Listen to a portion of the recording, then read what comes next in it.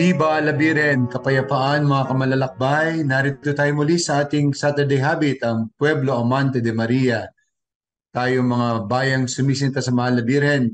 At kasama po natin ngayon dito uli si Father Franz. Hello, Father Franz. Viva la Virgen, kapayapaan po sa inyo mga kamanlalakbay. Viva la Virgen, kapayapaan po sa inyo, Father Nante. Nandito na naman nga tayo sa ating tuwing Sabadong meeting tungkol sa ating mahal na ina upang atin siyang mas lalong makilala, ang Pueblo Amante de Maria. At syempre, kasama din natin ngayon yung talagang batikang author ng lahat no ng mga nagiging basilica at shrine no, nakakatulong siya at pati ng roles ng shrine sa new evangelization, ang pinakapipitagan nating Brother Kendrick Ivan Panganiban. Amen. Viva la Virgen po, kapayapaan po sa lahat ng ating mga kamanlalakbay. Welcome po muli sa isang episode po ng Pueblo Amante de Maria.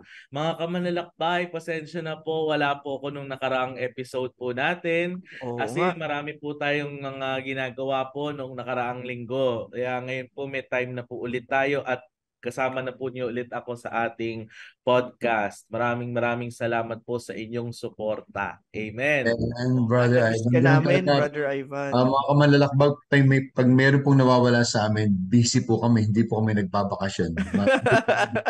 Father Nante, first Saturday ngayon. May magandang ginawa kanina sa Antipolo. First Yes, time niyang yes, nagprosesyon yes. tapos namigay daw kayo ng tinapay. Oo, launch natin, Father, yung gusto nating gawin na extend yung ating tinapay ng birhen para sa mga nangangailangan. Tuwing for Saturday, pinag-aalay na natin yung mga debotong umaahon dito sa Antipolo ng tinapay, kahit isang tasty lang, kahit konting tinapay lang para sa ating kapwa. And hopefully, tuwing for Saturday, lahat ng mga deboto ng mahal na birhen magdala ng tinapay at mag-alay para sa ating mga kapatid na nangangailangan. Thank you po sa lahat ng nag-alay kanina at sa lahat ng sumuporta.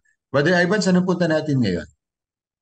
So, dahil po ngayon po ay panahon po ng special episode. Nung nakaraan po, nagkaroon po tayo ng special episode.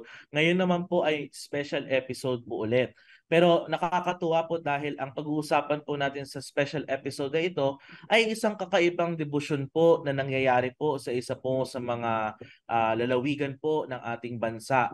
At kapag po dumarating na po ang buwan ng Setyembre, sila po ay talagang nagiging busy at nagiging abala dahil po festive po ang kanilang pagdiriwang nitong kanilang pong kapistahan para sa kanilang patrona. At wala pong iba kundi po ang mahal na Birhen ng De Los Remedios doon po sa lalawigan ng Pampanga. So siya po ang patrona ng lalawigan ng Pampanga. Amen, Brother Ivan. At kasama po natin dito mga kamalalakbay ang isang pari ng Pampanga. Siya po ay pari ng Archdiocese of San Fernando. 29 na taon na po siyang pari. He is a current director of the Cruzada de Penitencia y Caridad of the Archdiocese of San Fernando, Pampanga. At siya rin po ang parish priest ng San Vicente Ferrer Parish, Calulot City, San Fernando, Pampanga. Mga kamalalakbay, welcome po natin si Father Jesus G. Manabat Jr. Viva la Virgen, Father! Viva la Virgen po, kapayapaan po sa ating lahat. Welcome po, Father Jess.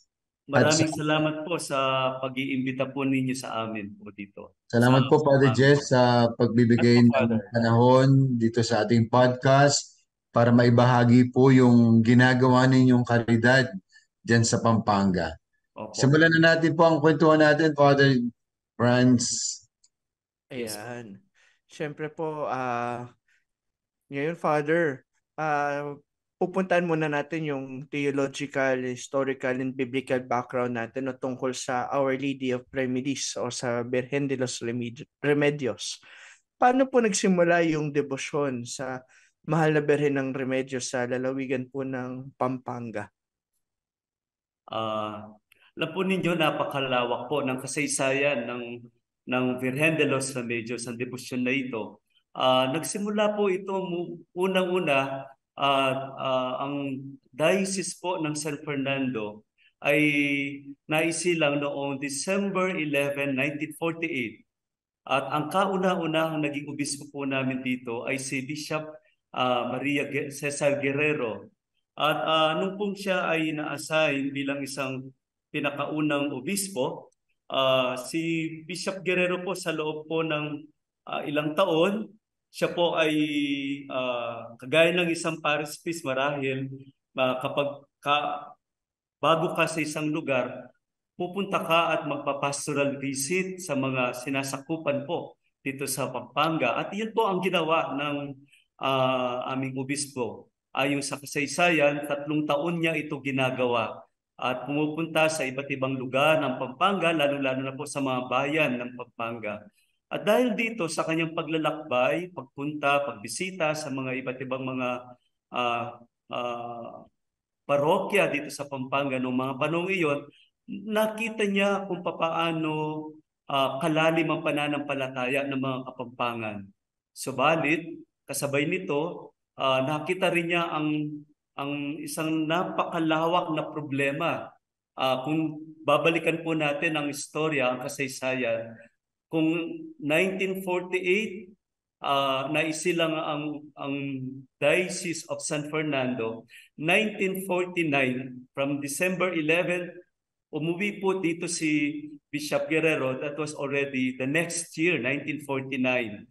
At noong mga panahon iyon, laganap po yung tinatawag nating hindi payapa ang kalooban ng marami, dahil kung titignan natin, hindi lang dito sa Pampanga, siguro ang basihan po natin mga 1945 natapos yung pandaigdigang World War II. Tama ho ba yun? Pandaigdigang na kung saan marami sa mga tao na hindi maganda ang kanilang pamumuhay, lalo na po dito sa Pampanga noong mga panahong iyon. Kaya nga po malapit sa karanasan nila ng mga Kapampangan yung tinatawag nating yung mga hukbulahap, the breeding ground for communism. So marami po yung hindi lumayo sa gobyerno, at dahil dito nakikita ng bispo ni si Bishop Guerrero na yung the social unrest, at kasabay nito yung adhikain ng mga Kapampangan na mailapit nila ang kanilang pamumuhay sa Panginoon. At sa loob po ng 3 taong ito yung naging daan para maisilang niya ang Cruzada de Penitencia de Caridad, na una, ito yung ang tanging adhikain nito ay ipunin yung mga Kapampangan at idala ang mahal na Birhen sa bawat sulok ng Pampanga. At dahil dito, marami po ang nagbalik loob. For 2 years, from 1952 until 1954, ginagawa po nila ito. Kasabay nito, katuwang ng obispong ito, ang gobyerno. Noong mga panahon iyon, kung di ako nagkakamali, si Governor Rafael Lasatin, ang kaantabay ng mahal na obispo. At sa kanilang pagpunta sa iba't ibang sulok po ng Pampanga, nakita nila na kung paano nagbabalik loob ang maraming mga Kapampangan. So in 2 years time na umiikot sa buong Pampanga, talagang naging mas maalab ang pananampalataya.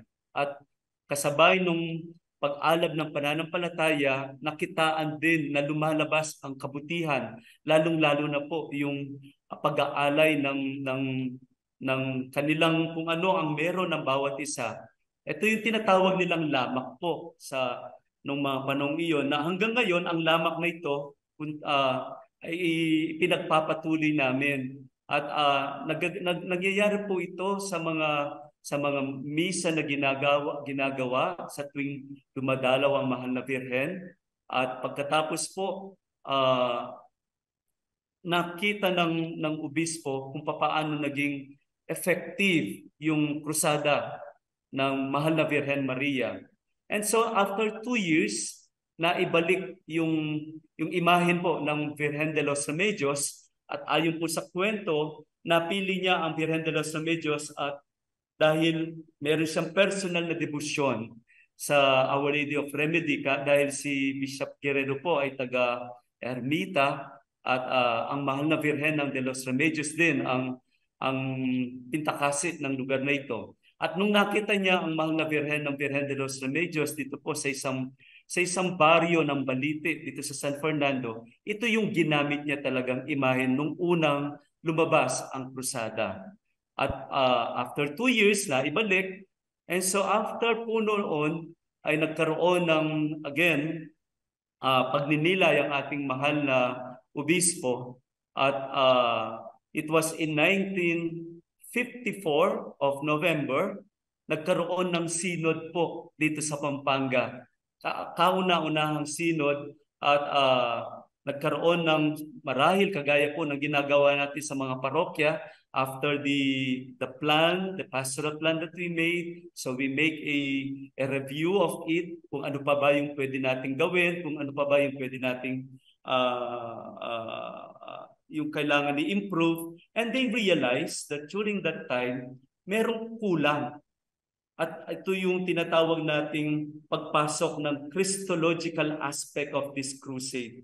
Kaya nga po, after that synod, that was in November 1954, ipinasok ang Santo Cristo del Perdon dito sa krusadang ito at they renamed it doon sa Cruzada de Penitencia y Caridad na hanggang ngayon, ito ngayon ang nagiging debosyon ng maraming Kapampangan. In particular, dito po sa Mahal na Virgen Maria.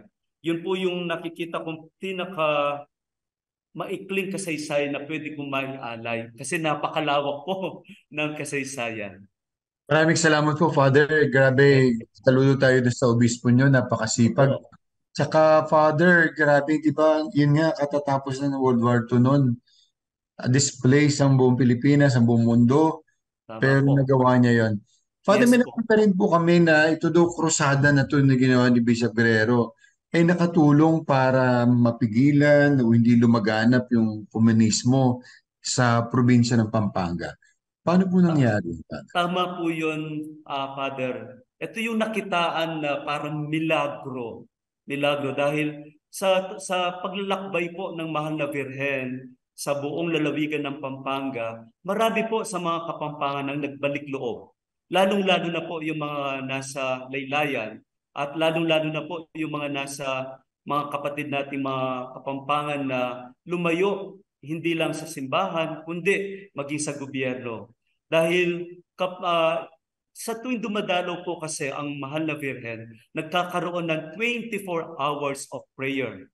Walang tulugan po talaga. Tapos may mga misang ginagawa pagkukumpisal at mga misyon, may maraming talks. At parte po ng mga misyon nito kung papaano gawing mas malapit ang pamumuhay ng mga tao, hindi lang sa simbahan kundi sa bawat isa. Kaya nga po dito nakitaan yung kabutihan ng kalooban ng bawat isa dahil alam naman po natin sa tuwing ang isang tao ay nararanasan nila ang dalisay na pag-ibig, pagmamahal ng bawat isa, lalo-lalo na yung malasakit na tinatawag natin, lumalabas yung kabutihan.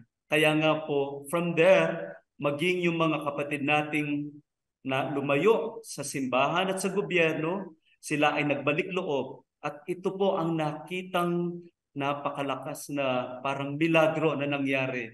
Kaya nga, from then on, ang mahal na obispo ay nagkaroon ng lakas ng loob muli na gagawin for the second round yung pong paglalakbay na sinabi ko po noong una sa Mahal na Virgen. But this time, kasama na po yung Santo Cristo del Perdon. At in 2 years time again, from 1954 until 1956, kasi po napakalawak ng Pampanga, 2 years na umiikot ang krusada. Nung pagdating po muli noong 1956, doon po nagkaroon ng again another milestone na nangarap ngayon ang obispo na gagawing ito yung magiging patrona na ng lalawigan ng Pampanga po. Amen. Amen. Brother Ivan, ano ba ang gusto mong itanong kay Father Jess? Bago po siguro ako magtanong, isa po yun sa mga natuwa po ako doon sa shinare po ng ating pong guest na si Father Jess, ano? Kasi bilang mga hindi po taga Pampanga, syempre kami po tatlo, hindi po kami pareho sa mga taga Pampanga at sa pati rin po sa ating mga kamanlalakbay, parang hindi po kami aware kung ano yung nangyayari mismo doon sa krusada. Kasi karanasan nga po, kadalasan ang nakakaranas ng krusada ay mga taga Pampanga din. Yes. So parang ganda po pala noong ganong experience na habang dumadalaw po ang Birhen at ang Santo Cristo po doon sa mga parokya, nagkakaroon po talaga ng panahon to reflect, to give time for the Lord. And Yes po. possible po ba nun kapag po ba krusada, may mga nangungumpisal po ba ng mga Meron po. so yun. Kasama po yun sa misyon na ginagawa ng pare sa tuwing ang krusada ay dadalaw sa kanyang parokya. So there will be a big events. Hindi lang po siya yung ilalagay sa loob ng simbahan, kundi pupunta sa iba't ibang purok ng isang parokya. Pagkatapos nagkakaroon sila ng mga missions like yung mga medical mission. At lalong-lalo na po yung pag-aaral na tinatawag namin, yung formation aspect. Kasi napaka-importante po ng formation aspect, not only about Mariology, but Christology. Ito yung focus kay Kristo at maging ang Santa Iglesia. Siguro po kung aking gagawin ko po bilang analogy, parang BEC. Parang BEC, yung Basic Ecclesial Community na ginagawa. Dahil mayroong mga sharings na ginagawa din during the pagdalaw po ng krusada sa isang parokya. At kasabay nito, the sacraments of yung mga misa, anointing of the sick, pagkukumpisal, kumisan yung mga ibang pare, nagkakaroon sila ng mass wedding. Ginagawa po lahat ito sa tuwing, lalong-lalo na, pag nandoon po yung krusada. Parang isang napakahabang kapistahan. Amen. Grabe. Pala yung nangyayari kapag krusada. Father Jess, alam mo na Oh. gagawin mo pag naging bishop ka, mag-ikot ka rin. Hindi mangyayari yun, Father. Ano pa ba ang ating natin kay Father?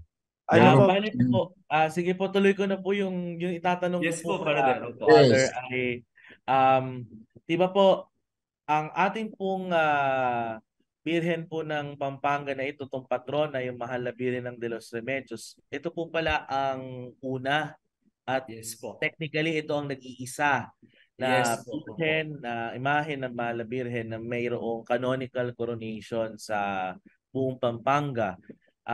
Di ba wala pong ibang other crown Marian Yun lang image, po siya. ito lang pong Birhen ng De Los Remedios. So, paano po nakamit ng titulo na ito ng mahal na Birhen, itong privilege na ito, at paano po yung nangyari na gano'n na ito po yung nag-iisa lang po talaga sa buong lalawigan? Opo. Nabanggit ko po kanina dun sa kasaysayan, from 1954 to 1956, yung pangalawang pagdalaw po, dito po nagnilay ang aming obispo, si Bishop Guerrero. At dahil dito, pagbalik po ng krusada, gumawa siya ng sulat that was in July, petition letter na unang-una, ang inihingi ng obispo ay yung gagawin itong official na magiging patron ng lalawigan ng Pampanga. At ang pangalawa, naikwento, naitala ng ating obispo lahat ng mga pangyayari, mati yung mga milagro, lalo-lalo na po, napakarami po ng magaling na mga may sakit, pagbabalik loob ng mga tao, at gayon din yung the unification both from the government and the church. Ito po ay naitala. At dahil dito, humingi ng petisyon ng aming obispo na finally granting the image to be the patroness of Pampanga. Kasabay nito ay magkakaroon ng koronasyon. At yun nga po, napakalaki ng biyaya na ipinagkaloob. After only 1 month, Father, sa mga sulat na nabasa ko, after only 1 month, sumagot po ang Roma At yun nga po ibinigay yung pagkakataon, yung biyayang ito. At the first coronation that was made, that was in September 8, 1956. Kaya nga po, for this year, we are celebrating the 67th year anniversary of the canonical coronation ng Mahal na Birhen Maria. At natatanging celebration po ang ginagawa namin taon-taon. Dahil po ito yung isang siguro paglalakbay na ginagawa ng mga Kapampangan na binabalik-balikan yung araw na iyon, September 8, dahil dito po sumasagiwa. It is a renewal of faith. Parang ganun po ang ginagawa namin dito sa Pampanga. Thank you, Father. Maraming salamat po sa mga sagot niyo. Nakaka-inspire naman yung kalidad na yan. So yun nga po, no? Ang ganda nung sa storya po nung sa canonical coronation, di ba? Mayroon trivia sa atin dati na pag below 1960, yung canonical coronation, yung paggagawad ng canonical coronation, talaga daw sobrang hirap ng proseso, no, ng mga pinagdaraanan. No, kaya daw talagang yung mas kinikilala yung mga nakokoronahan, no, before 1960. So ngayon po, Father, ano-ano po yung mga natatanging gawain na pinagdiriwang na pinagpapatuloy ng mga Kapampangan bilang pagpaparangal po o pamimintuho sa Mahal na Birhen ng Remedios ng Pampanga? Opo. Ang nakikita ko pong natatangi dito sa debusyong ito, unang-una, kung mapapansin po natin, normally kapag meron tayong debusyon sa Mahal na Birhen, tayo yung pumupunta sa San Dambana. Kagaya po, pumupunta po ako dyan sa Antipolo at nakita ko po si Father Reynante noon.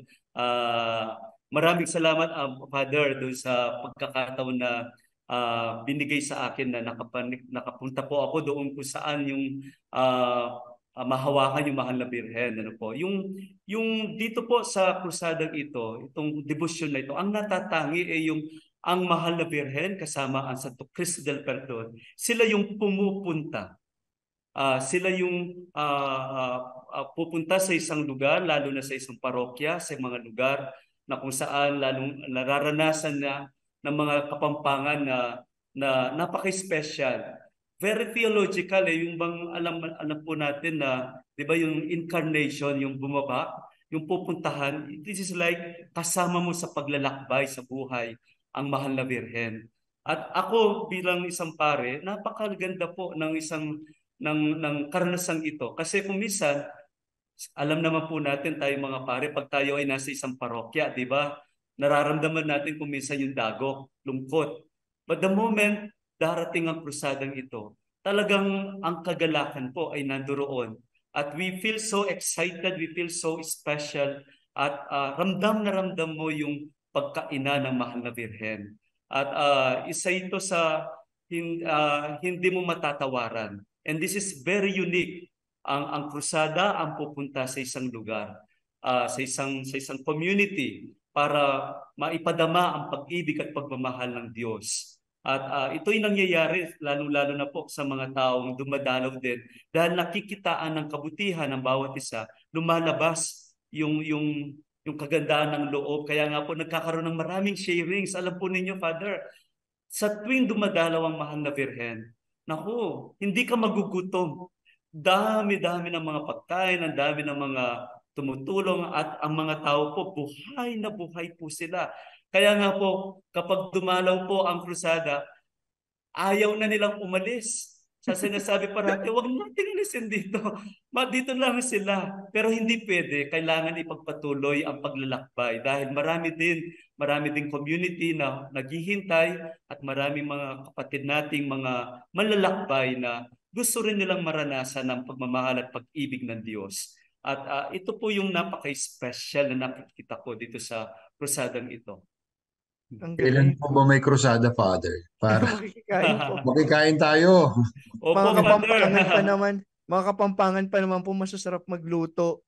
Sobra po yung actually, Apo. Father, alimbawa ngayon po, no? We are now nag-umpisa po ngayon tinatawag naming paghahanda para sa September 8. And part of which yung mga novena niya dito sa cathedral. Bago po iyon, yung novenang iyon, dumalaw po sa mga vicarial host namin ngayon. At sobrang dami po ng mga activity na talaga namang alam naman po natin after the pandemic parang yung mga tao ay napakatamlay. Subalit kapag dumadaan po ito sa isang lugar, lalo na po ang ginawa po namin bilang director ngayon, dahil malalayo po yung mga lugar, may mga pagkakataon na isinasakay namin sa isang truck. At habang doon kami sa isang lugar na kung saan dumadaan, makikita mo po yung mga tao na nagdarasal, lalo na po yung mga may sakit. Kung minsan po inilalabas nila, pag alam nila doon kami dadaan, yung mga may sakit ay ilalagay nila sa daan. Hindi sa gitna, Father, kundi nasa gilid. Tapos po nagdarasal sila, nagro-rosaryo, and you could feel there is that spirituality in them na gusto nilang maranasan yung kapayapaan, Father, at yung kagalingan na naidudulot ng krusadang ito.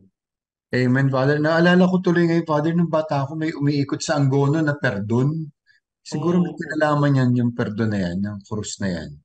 Sa Angono po, may umiikot doon sa amin na Opo. tapos may pakain din.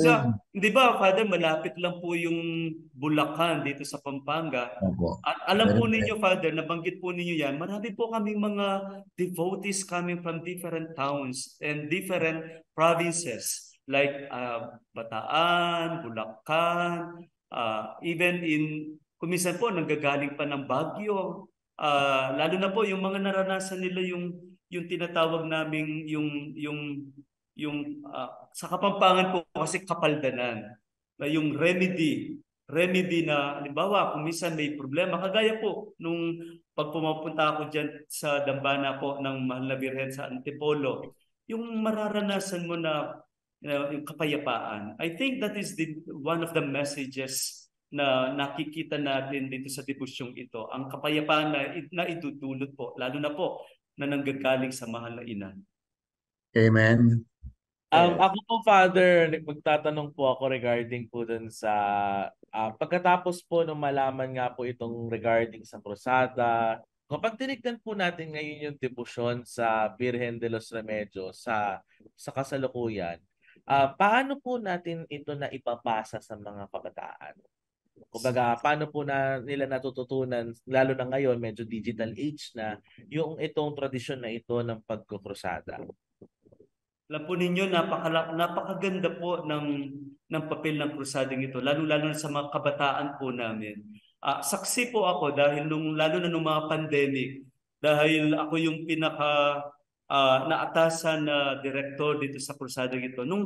During the pandemic, dito po nailaga yung imahen. Dahil binawal po, di ba, may mga protocols na bawal yung maraming activities. And so ginawa po ng obispo po namin si Apundong, gumawa siya ng moratorium na ilalagak muna sa isang lugar at dito nga po sa aming parokya. At maraming beses na yung mga kabataan namin yung naging katuwang ko dahil sila lang yung pwede nating ilabas na tutulong, hindi pwede yung mga matatanda, di po ba? At yung mga kabataan po namin dito, pagamat napaka-stricto po ng mga protocols, nakita ko po yung kagalingan ng mga kabataan, especially in the social media, Father, para maipalaganap.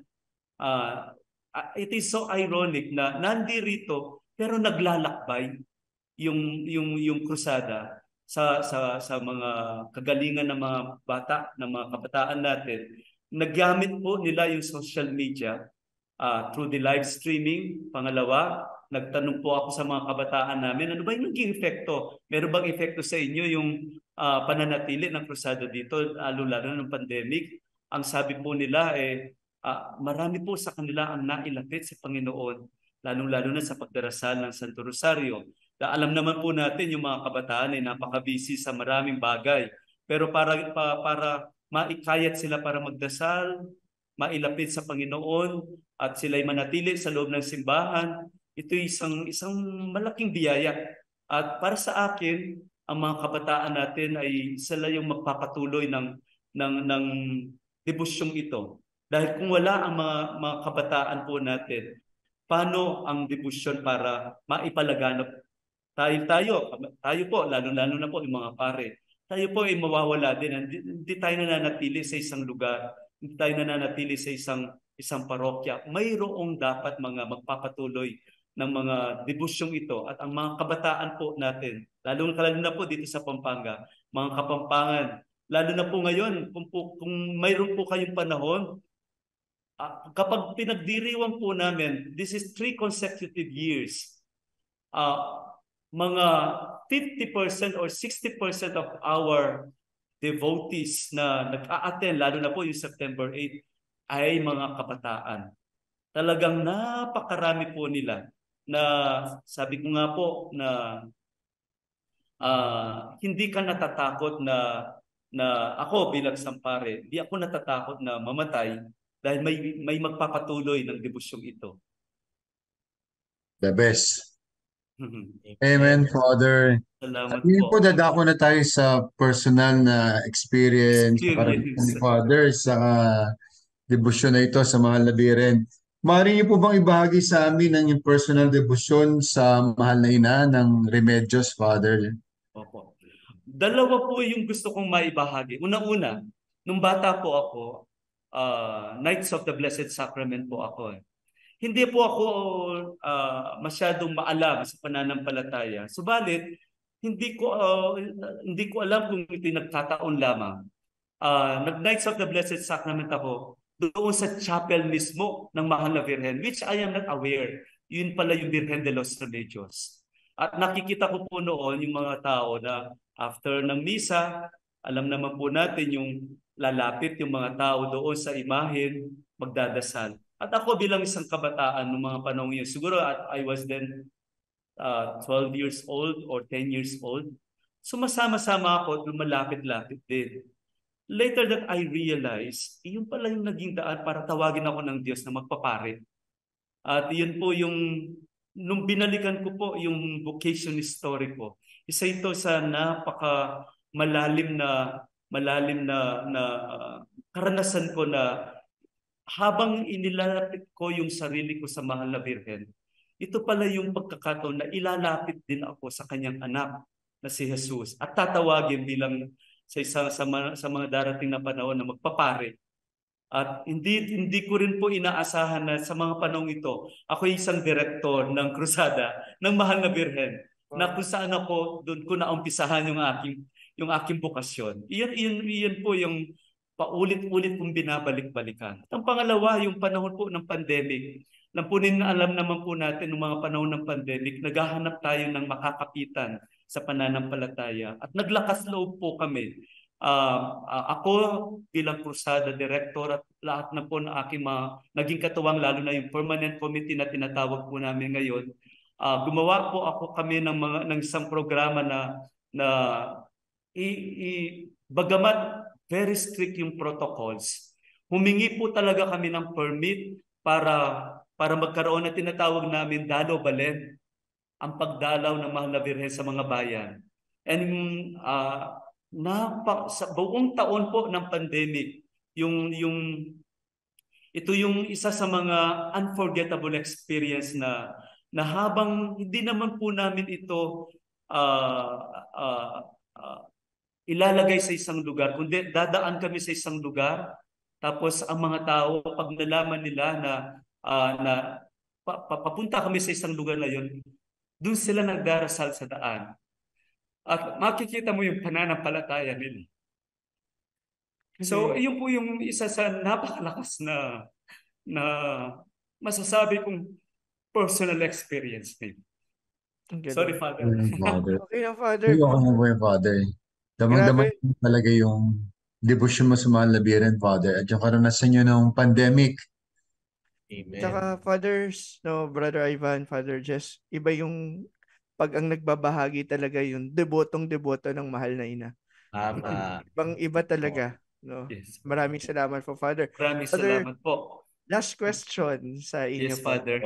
Bilang direktor ng Krusada, paano po ninyo natutulungan ng inyong pagdedebosyon sa mahal na ina, lalo na sa Birhen ng Remedios, sa inyong ministeryo at sa inyong paglilingkod sa ating simbahan? Yes. Para sa akin po, napakalaki ng tulong ng krusadang ito, lalong-lalo na ang debusyong ito. Lahat tayo ay nararanasan natin sa paglalakbay kung minsan yung mga dagok, mga problema. Naghahanap tayo ng remedyo. Naghahanap tayo ng lunas sa ating, ano man yung dinadaanan natin ito. Ang tanging nakikita ko ay yung debosyon sa mahal na Birhen. Sa tuwing ako ay nagdarasal kasama yung mga mananampalataya at lumalapit sa mahal na Birhen, pagtitig mo sa mahal na Birhen, parang ipinapakita sa iyo na ang tanging lunas ay ang aking anak, ang ating Panginoong Jesus. Kaya nga po, malakas po ang pananampalataya na ang pagmamahal at pag-ibig ng Diyos, ang awa at habag ng Panginoong Jesus. Kaya nga po yung Cristo del Perdon na, na, na natatangi dito sa debusyong ito, na ilalapit ang marami sa amin. At ito yung remedyo, ito yung nakikita kong lunas, na hindi lang siya isang personal na magro-rosaryo pa, kundi mararamdaman mo na paglapit mo sa Diyos, dito yung na hindi ka nag-iisa sa iyong paglalakbay sa buhay. Bilang isang pare o bilang isang ordinaryong mananampalataya.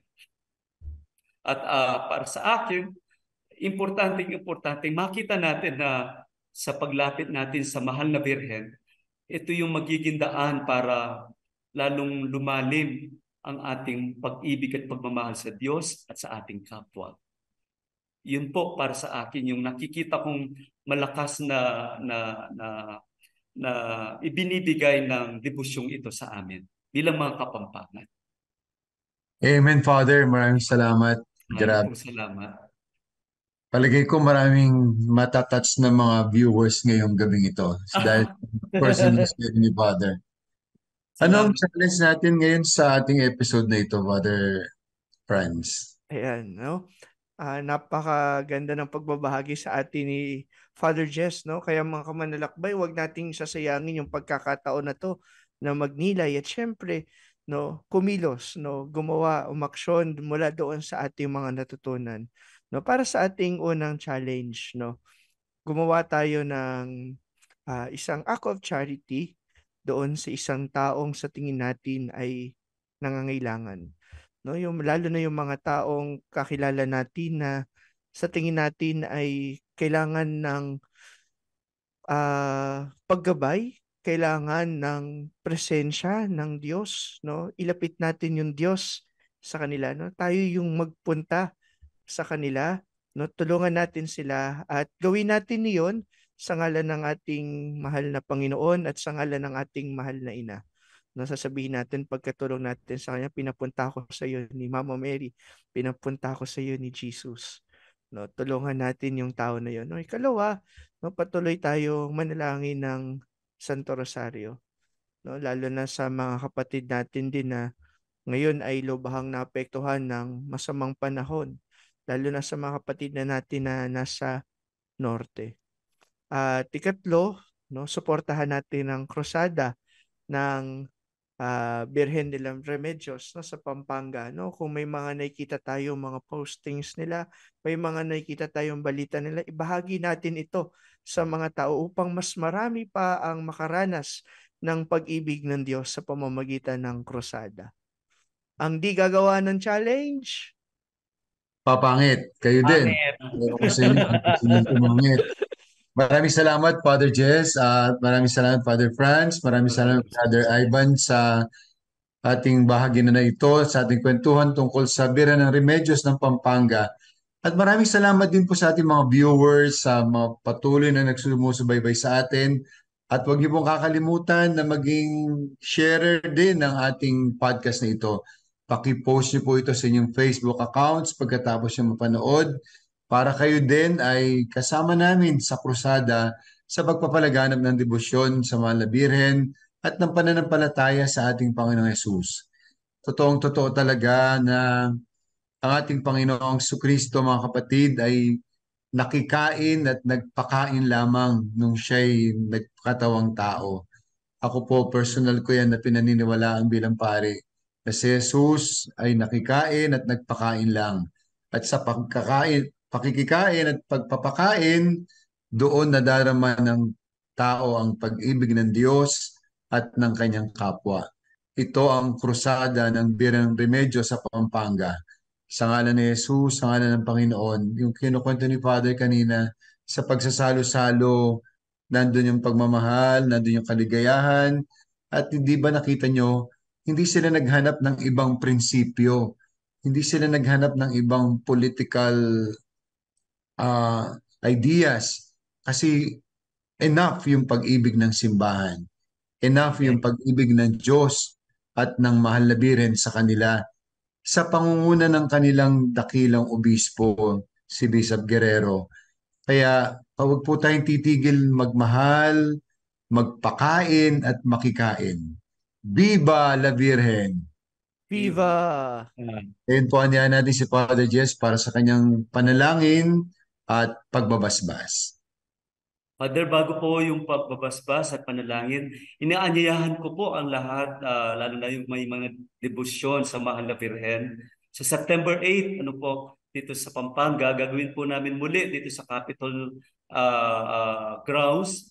At hapon po mag-uumpisa yung celebration, 3 o'clock ng hapon po. At hanggang gabi na po iyon. Sa ngalan ng Ama, ng Anak, ng Espiritu Santo. Amen. Amen.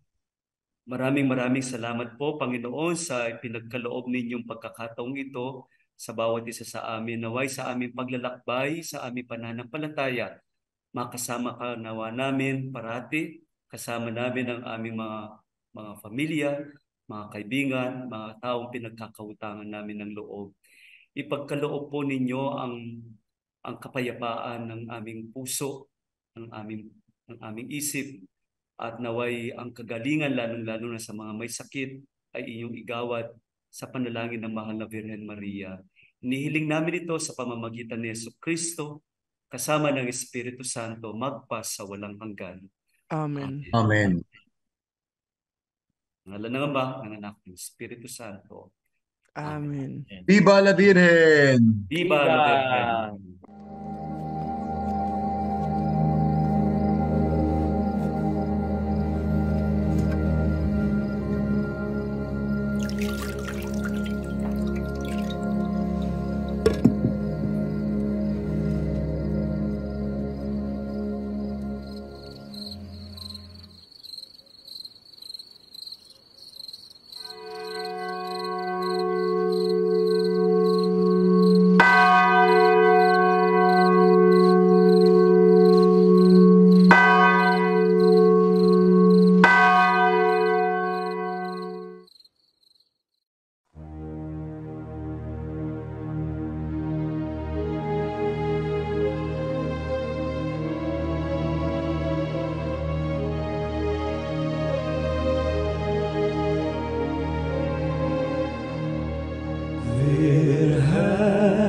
Virgen de los remedios, induna ng Diyos sa mapaglulus.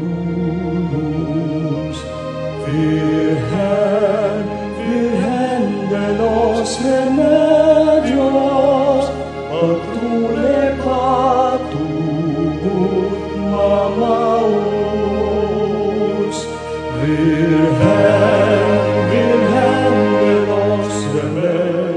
Kamarang kapatid, aking ginatayang sa Kristo, metong niya pong maulagang sangkap ng kasalpantayan ng Kapampangan, ing debosyon na tinatang ng mungunan dining Obispo kati Kapampangan, Bishop Cesar Maria Guerrero. At iting Marian tradisyon na iti mission duya po karimbalang obispo, taros obispo na ning kaya katang archdiocese. Makiram kayaduangan, papunta king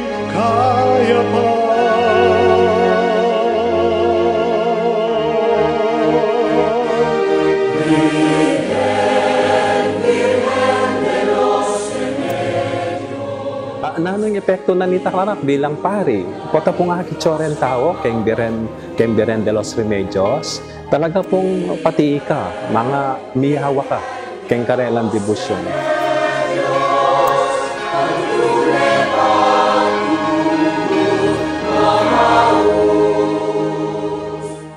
Seminarista ako pa mo, at timong meta ka mag-aral, parati kong lalapit kayo, tanong-lano ka rin bagay na ang kayo potang aga na kaya kakanita niyan bilang anak ka seminarista, potang aga na kay mga ko kanita pat king seminaryo, so metong parati kong kagawan, pagka king chapel, at mga di ko king Birhen Maria.